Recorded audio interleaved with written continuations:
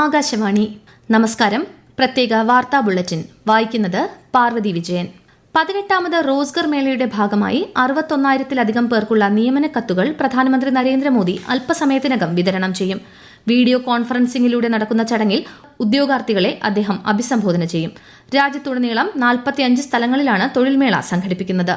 ദേശീയതല റോസ്ഗർ മേളയുടെ ഭാഗമായി Thiruvananthapuram Pallippuram CRPF group സെന്ററിൽ സംഘടിപ്പിക്കുന്ന തൊഴിൽമേള കേന്ദ്ര സഹമന്ത്രി സുരേഷ് ഗോപി ഉദ്ഘാടനം ചെയ്തു.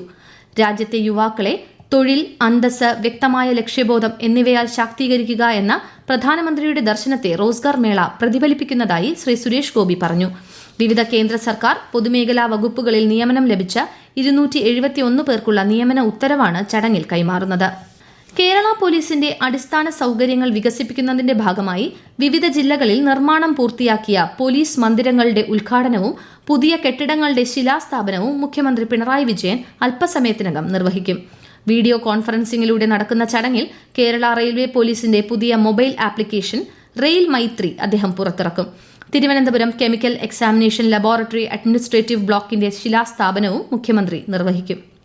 വിഴിഞ്ഞം തുറമുഖത്തിന്റെ 2ാം ഘട്ട വികസന പ്രവർത്തനങ്ങളുടെ നിർമ്മാണോദ്ഘാടനം ഇന്ന് വൈകിട്ട് മുഖ്യമന്ത്രി പിണറായി വിജയൻ നിർവഹിക്കും. ചടങ്ങിൽ കേന്ദ്ര തുറമുഖ വകുപ്പ് മന്ത്രി സർബാനന്ദ സോനോവാൾ മുഖ്യാതിഥിയായിരിക്കും. തുറമുഖത്തു നിന്ന് ഇറക്കുമതിയും കയറ്റുമതിയും സാധ്യമാക്കുന്ന എക്സിം കാർഗോ സേവനങ്ങളുടെയും ദേശീയപാത ബൈപ്പാസിലേക്ക് നിർമ്മിച്ച പുതിയ പോർട്ട് റോഡിന്റെയും ഉദ്ഘാടനവും ചടങ്ങിനോടനുബന്ധിച്ച് നടക്കും. ബൂത്ത് ലെവൽ ഓഫീസർമാരുടെ കൃത്യവിലോപം, മോശം പെരുമാറ്റം എന്നിവയ്ക്ക് നടപടി സ്വീകരിക്കാൻ കേന്ദ്ര തിരഞ്ഞെടുപ്പ് കമ്മീഷൻ എല്ലാ സംസ്ഥാനങ്ങളിലെയും കേന്ദ്രഭരണ പ്രദേശങ്ങളിലെയും മുഖ്യ തിരഞ്ഞെടുപ്പ് ഓഫീസർമാർക്ക് നിർദ്ദേശം നൽകി.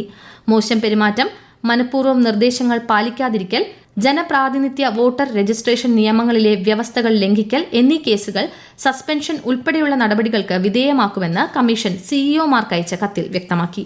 സംസ്ഥാനത്ത് തീവ്ര വോട്ടർ പട്ടിക പരിഷ്കരണവുമായി ബന്ധപ്പെട്ട നടപടികൾ പുരോഗമിക്കുന്നു. പട്ടികയിന്മേലുള്ള പരാതികൾ ഈ മാസം 30 വരെ സമർപ്പിക്കാം.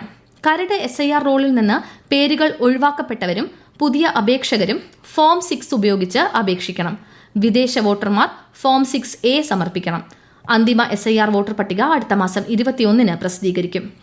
2026 കേരള നിയമസഭാ പൊതു തിരഞ്ഞെടുപ്പിന് ആവശ്യമായ ഇലക്ട്രോണിക് വോട്ടിംഗ് മെഷീനുകളുടെ ആദ്യഘട്ട പരിശോധന കണ്ണൂർ ജില്ലയിൽ പൂർത്തീകരിച്ചു. രാഷ്ട്രീയ പാർട്ടി പ്രതിനിധികളുടെ സാന്നിധ്യത്തിൽ ഭാരത് ഇലക്ട്രോണിക്സ് ലിമിറ്റഡിന്റെ 11 എഞ്ചിനീയർമാരാണ് പരിശോധന പൂർത്തീകരിച്ചത്. ഇതിനുശേഷം പാർട്ടി പ്രതിനിധികൾ ഉൾപ്പെടെ മോക്ക് പോൾ ചെയ്ത് മെഷീനുകളുടെ പ്രവർത്തനക്ഷമത ഉറപ്പുവരുത്തി. പ്രധാനമന്ത്രി നരേന്ദ്രമോദി ജനങ്ങളുമായി ആശയങ്ങൾ പങ്കുവയ്ക്കുന്ന പ്രതിമാസ റേഡിയോ പ്രഭാഷണ പരിപാടി മൻ കി ബാത്ത് നാളെ രാവിലെ 11-ന്. പരിപാടിയുടെ 130ാം പതിപ്പാണിത്. ആകാശവാണിയുടെയും ദൂരദർശന്റെയും എല്ലാ ശൃംഖലകളിലും പരിപാടി തത്സമയം ലഭ്യമാകും. 3ാം ലൈംഗികാരോപണ കേസിൽ രാഹുൽ മാങ്കൂട്ടത്തിലിന്റെ ജാമ്യാപേക്ഷയിൽ പത്തനംതിട്ട സെഷൻസ് കോടതി ഇന്ന് വിധി പറയും. കസ്റ്റഡിയിൽ തെളിവെടുപ്പ് പൂർത്തിയായതിനാൽ ജാമ്യം നൽകണമെന്ന് രാഹുലിന്റെ അഭിഭാഷകൻ കോടതിയിൽ ആവശ്യപ്പെട്ടിരുന്നു. അന്വേഷണത്തെ പ്രതികൂലമായി ബാധിക്കുമെന്ന് ചൂണ്ടിക്കാട്ടി പ്രോസിക്യൂഷൻ ജാമ്യം നൽകുന്നതിനെ എതിർത്തിരുന്നു. ദേശീയ ബാലികാ ദിനത്തിൽ കേന്ദ്ര ആഭ്യന്തരമന്ത്രി അമിത്ഷാ ആശംസകൾ നേർന്നു. പെൺകുട്ടികൾ ഉത്തരവാദിത്തമല്ല, മറിച്ച് അപാരമായ ശക്തിയുടെ ഉറവിടമാണെന്ന് ഈ ദിനം പ്രതീകപ്പെടുത്തുന്നുവെന്ന് ശ്രീ ഷാ സമൂഹമാധ്യമത്തിൽ കുറിച്ചു. സ്ത്രീകൾ നയിക്കുന്ന വികസനം എന്ന നരേന്ദ്രമോദി സർക്കാരിന്റെ മന്ത്രം നാരീശക്തിയെ ദേശീയ പുരോഗതിയുടെ മുൻപന്തിയിൽ നിർത്തിയിട്ടുണ്ടെന്നും ഇന്ന് സ്ത്രീകൾ രാജ്യത്തിന്റെ വികസന യാത്രയ്ക്ക് നേതൃത്വം നൽകുന്നുണ്ടെന്നും അദ്ദേഹം അഭിപ്രായപ്പെട്ടു. വനിതാ പ്രീമിയർ ലീഗ് ക്രിക്കറ്റിൽ ബംഗളൂരു റോയൽ ചലഞ്ചേഴ്സ് ഡൽഹി ക്യാപിറ്റൽസിനെ നേരിടും. വൈകിട്ട് 7:30-ന് വഡോദരയിലാണ് മത്സരം. അണ്ടർ-19 പുരുഷ ക്രിക്കറ്റ് ലോകകപ്പിൽ ഇന്ത്യ ഇന്ന് ന്യൂസിലൻഡിനെ നേരിടും. 3ാമത്തെയും അവസാനത്തെയും ഗ്രൂപ്പ് മത്സരം ഉച്ചയ്ക്ക് 1 മണിക്ക് സിംബാബ്വേയിൽ ആരംഭിക്കും. മത്സരത്തിൽ ജയിച്ചാൽ ഇന്ത്യ ഗ്രൂപ്പ് ബിയിൽ 1ാമതെത്തും. വൈക്കം മുഹമ്മദ് ബഷീർ സ്മാരകം ആകാശമിട്ടായി ഇന്ന് നാടിന് സമർപ്പിക്കും. കോഴിക്കോട് ബേപ്പൂർ BC റോഡിലുള്ള സ്മാരകത്തിൽ മന്ത്രി PA മുഹമ്മദ് റിയാസ് ഉദ്ഘാടനം നിർവഹിക്കും. കോഴിക്കോട് കോർപ്പറേഷന്റെ ഉടമസ്ഥതയിലുള്ള സ്ഥലത്ത് ടൂറിസം വികസന പദ്ധതിയിൽ ഉൾപ്പെടുത്തി 10.07 കോടി രൂപയുടെ പദ്ധതിയാണ് 1ാം ഘട്ടത്തിൽ പൂർത്തിയാക്കിയത്. ബുദ്ധിപരമായ വെല്ലുവിളികൾ നേരിടുന്ന വിദ്യാർത്ഥികളെ പങ്കെടുപ്പിച്ച് കുടുംബശ്രീ സംഘടിപ്പിച്ച ബഡ്സ് ഒളിമ്പ്യ സംസ്ഥാന കായികോത്സവം ഇന്ന് കണ്ണൂരിൽ സമാപിക്കും. ഇന്നലെ 15 ഇനങ്ങൾ പൂർത്തിയായപ്പോൾ 11 പോയിന്റുമായി കണ്ണൂർ മുന്നിട്ട് നിൽക്കുന്നു. പ്രത്യേക വാർത്താ ബുള്ളറ്റിൻ കഴിഞ്ഞു. അടുത്ത വാർത്താ പ്രക്ഷേപണം ഉച്ചയ്ക്ക് 12:30-ന്.